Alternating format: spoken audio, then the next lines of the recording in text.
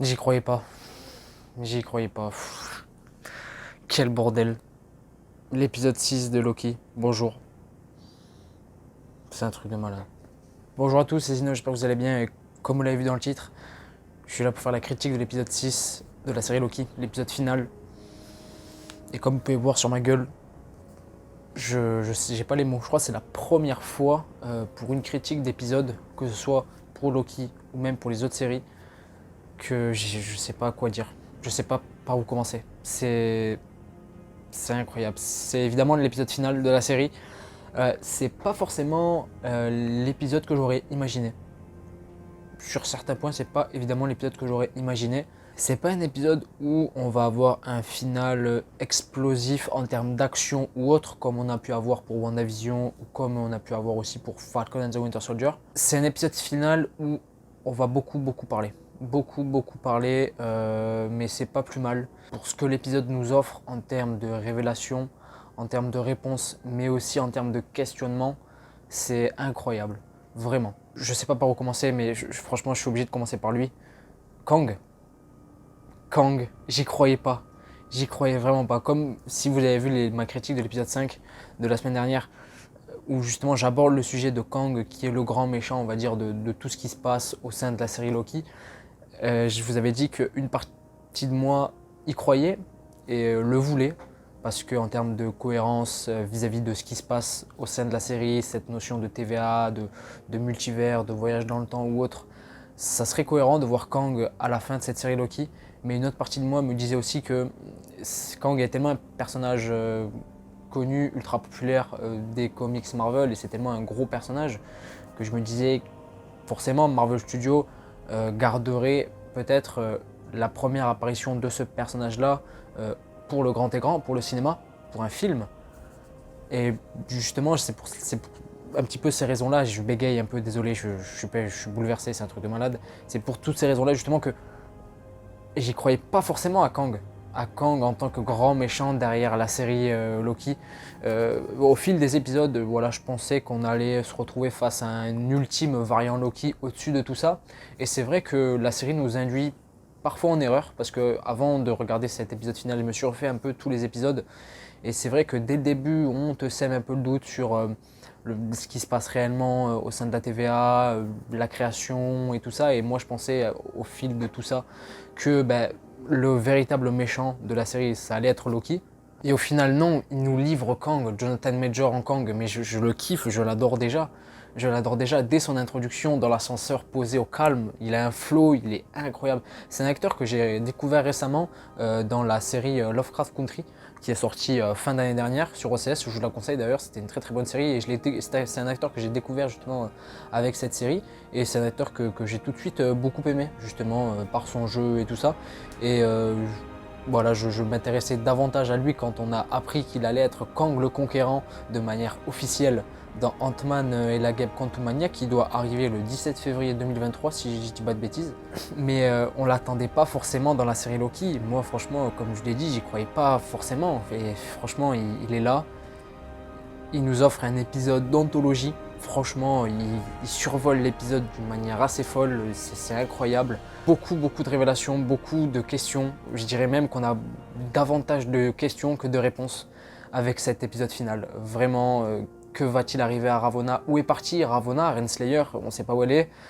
Pourquoi Mobius et tous les autres membres de la TVA ont perdu la mémoire? Que va-t-il arriver à Loki? Que va-t-il arriver à Sylvie? Quand est-ce que va-t-on retrouver Kang? Je pense que Kang, on le retrouvera dans Ant-Man, je pense.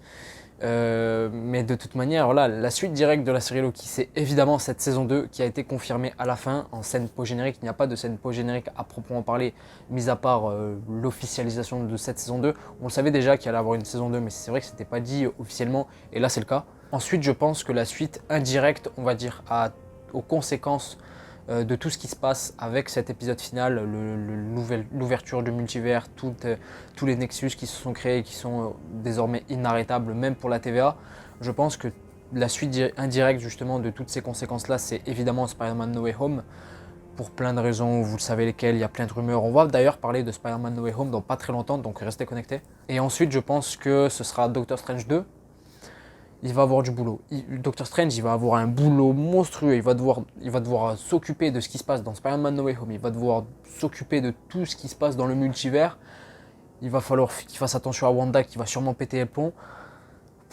Il va être surbooké le petit. Qualitativement parlant, c'est vrai que j'en ai pas parlé, mais qualitativement parlant, c'est un très très bon épisode. Encore une fois, au niveau de la musique, c'est incroyable. Franchement, je trouve que c'est sans doute, enfin c'est sans trop de débat, pour moi la meilleure bande originale d'une série pour l'instant, au-dessus de WandaVision et au-dessus de Falcon and the Winter Soldier.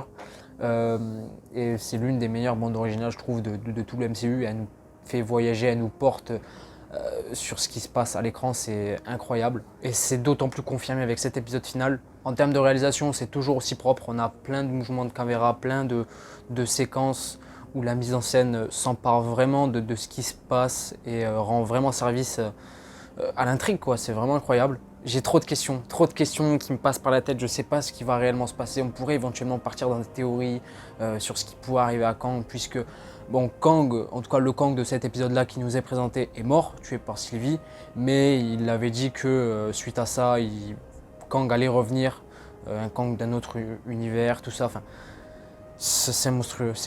Jonathan Major, mais putain de merde, mais qu'est-ce qu'il est fort cet homme, et je veux le revoir très très vite dans le MCU. J'espère que je vais pas attendre jusqu'à Ant-Man et la Guêpe pour le revoir, même si je pense que ça va être le cas. Voilà, c'était le final de la série Loki. C'est terminé jusqu'à évidemment cette saison 2. Je sais pas qu'est-ce qui pourrait se passer. Franchement, j'en ai aucune putain d'idée. C'est un truc de malade, mais en tout cas, c'est une masterclass. C'est une masterclass du début à la fin. C'est vrai que la série Loki, c'était pas forcément, en tout cas, je parle pour moi, c'était pas forcément la série que j'attendais le plus, même si je l'attendais beaucoup, et ce pour différentes raisons. Mais, faut quand même avouer que, enfin, évidemment, c'est totalement subjectif, mais pour moi, c'est une réelle dinguerie. Franchement, c'est une réelle dinguerie. Et pour moi, Marvel Studios, là, pour l'instant, vis-à-vis des séries, que ce soit pour WandaVision, pour Falcon and the Winter Soldier et puis pour Loki, franchement, c'est un sans faute. Un sans faute ou quasiment un sans faute. Franchement, c'est incroyable. Le niveau de qualité des séries pour l'instant. La prochaine, c'est What If, une série d'animation, même si ce sera un peu différent parce que c'est de l'animation. Mais le reste, Miss Marvel, Hawkeye, Moon Knight, She-Hulk, toutes les prochaines séries qui vont arriver, franchement, j'espère qu'elles seront au niveau parce que là, ce qui vient de se passer avec WandaVision, sorti il y a quelques mois, Falcon and the Winter Soldier, sorti aussi il y a quelques mois, et puis Loki qui vient de se terminer avec cet épisode final ô combien important, vraiment important pour la suite du MCU, ça c'est sûr, mais c'est sûr, franchement, vous allez être perdus. Ils nous ont offert Kang à la fin de Loki. J'y croyais tellement pas, c'est un truc de malade. Et en plus, dans cet épisode-là, ils se permettent de nous faire une petite backstory, ou une origin story, appelez ça comme vous voulez, à Kang. C'est assez ouf, où il explique que il était un simple humain vivant au 31e siècle, donc plus tard dans le futur, et qu'un jour il a découvert que plusieurs univers étaient empilés les uns sur les autres.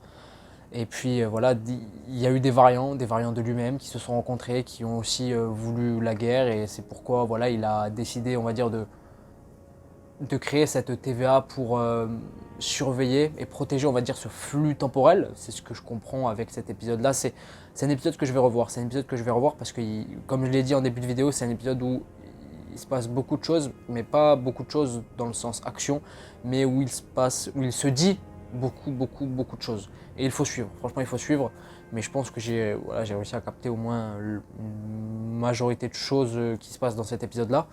Mais voilà, c'est waouh. Par contre, dans cet épisode-là, on nous présente Kang, en tout cas nous on le sait parce qu'on savait que Jonathan Major allait incarner Kang le Conquérant, mais le mot Kang le Conquérant, enfin le terme Kang n'est pas employé dans cet épisode-là. Le terme Conquérant est employé, mais pas Kang.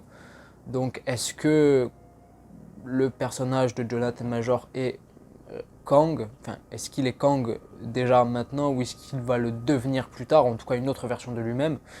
Je sais pas, puisque je suis pas un spécialiste de Kang dans les comics, mais si je ne dis pas de bêtises, Kang a eu plusieurs versions de lui-même avant de véritablement devenir Kang. Je crois qu'à un moment donné, avant de devenir Kang, il était Immortus. Donc est-ce qu'il ne serait pas Immortus dans un premier temps, puis il deviendrait Kang plus tard avec cette guerre du multivers ou je sais pas. Je tiens à rappeler aussi que Kang le Conquérant, il est appelé Kang le Conquérant parce qu'il parcourt les différents univers à différentes époques pour élargir, on va dire, son armée. Donc voilà, c'était la critique de l'épisode 6, l'épisode final de Loki. Un épisode ô combien important et ô combien surprenant pour beaucoup de choses. En tout cas pour moi, dites-moi dans les commentaires ce que vous avez pensé de cet épisode-là, mais aussi de cette série, parce que c'est le moment de faire une critique globale de la série Loki. Et pour moi, comme je l'ai dit précédemment dans cette vidéo, c'est une masterclass du début à la fin. Alors évidemment avec un ou deux épisodes qui sont légèrement en dessous selon moi, notamment l'épisode 3 et l'épisode 5. Je sais que beaucoup de gens ont aimé l'épisode 5, mais voilà, je ne suis pas aussi dithyrambique que certaines personnes. Mais après, pour le reste, franchement, beaucoup de qualité. Beaucoup de qualité, que ce soit au niveau de l'écriture, qui est magistralement faite en termes d'intrigue, de scénario ou quoi. C'est assez costaud, je trouve. Et en plus, c'était pas gagné parce que quand on commence à partir dans des notions de voyage dans le temps, d'organisation qui protège le temps, des allers-retours comme ça, c'est pas évident et ils s'en sont très bien sortis pour moi. Des dialogues au couteau, vraiment magnifiquement bien écrits, cohérents, pertinents à chaque fois. C'était magnifique, des acteurs magistraux, franchement. Tom Hiddleston, le retour en Loki, dans les chaussons, au calme pour lui. Sofia Di Martino, je crois que c'est l'actrice qui incarne Sylvie, si je l'ai bien prononcé, c'est ça. Excellente, une véritable découverte dans cette série, magnifique. Owen Wilson, mais quelle masterclass. Il n'a pas fini sur son jet ski. Je suis déçu, j'espère que dans la saison 2, il finira sur son jet ski. Mais voilà, et puis après, tous les autres acteurs, hein, je veux dire, Jonathan Major, évidemment, le special guest de cet épisode final est magistral. Je pense que je l'ai assez répété dans cet épisode-là, enfin dans cette critique-là. Bref, beaucoup de points positifs, selon moi, pour cette série Loki. Une musique au top, comme j'ai dû le dire à toutes les critiques, parce que c'est le cas, vraiment. Et magistral, masterclass. Waouh, magnifique. Donc voilà, c'était Zino, j'espère que ça vous a plu.